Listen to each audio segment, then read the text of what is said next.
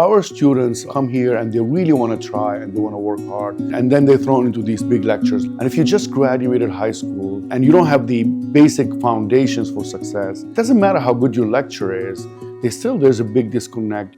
Big lecture halls can be quite scary and intimidating sometimes. I'm an introvert, so it's really hard to just open up, talk to people and lecture. I feel like it doesn't give you a really good opportunity to talk to people. And Recitation does really bring people together who have the same like-mindedness. It's a peer-led recitation program that we're very proud of. It's a program that was founded by one of our faculty members, Dave Gosser, and we've maintained it here to the present day. We're very proud of it. It's a very important part of our pedagogy, and we're always continuing to seek ways to sustain it, to grow it, and to fund it.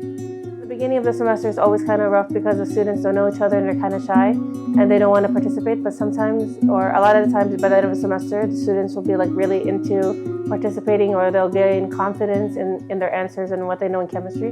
And a couple of students that I had in recitation have become recitation leaders. I had a phenomenal recitation leader in TA. His name is Joey. I had him pick him 104. He was immensely helpful in my chemistry, my chemistry career, my chemistry knowledge. He really helped me progress. It was super useful, and he inspired me to become a recitation leader myself.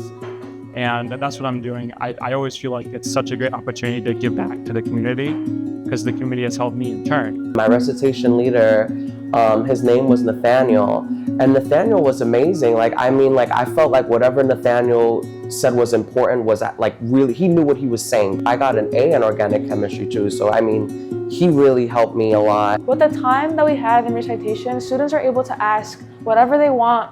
We also have other resources that we can use, like Discord and our sections on Brightspace. So it's not just that time at recitation, it's also our other resources where students can ask us questions and we can give resources to students to help them out. If you talk to them, there's a passion they have about the place. It's not just, this is not just a job. You feel like you're part of the community and you want to make it a better place. We should all aspire to become like recitation leaders in our classes.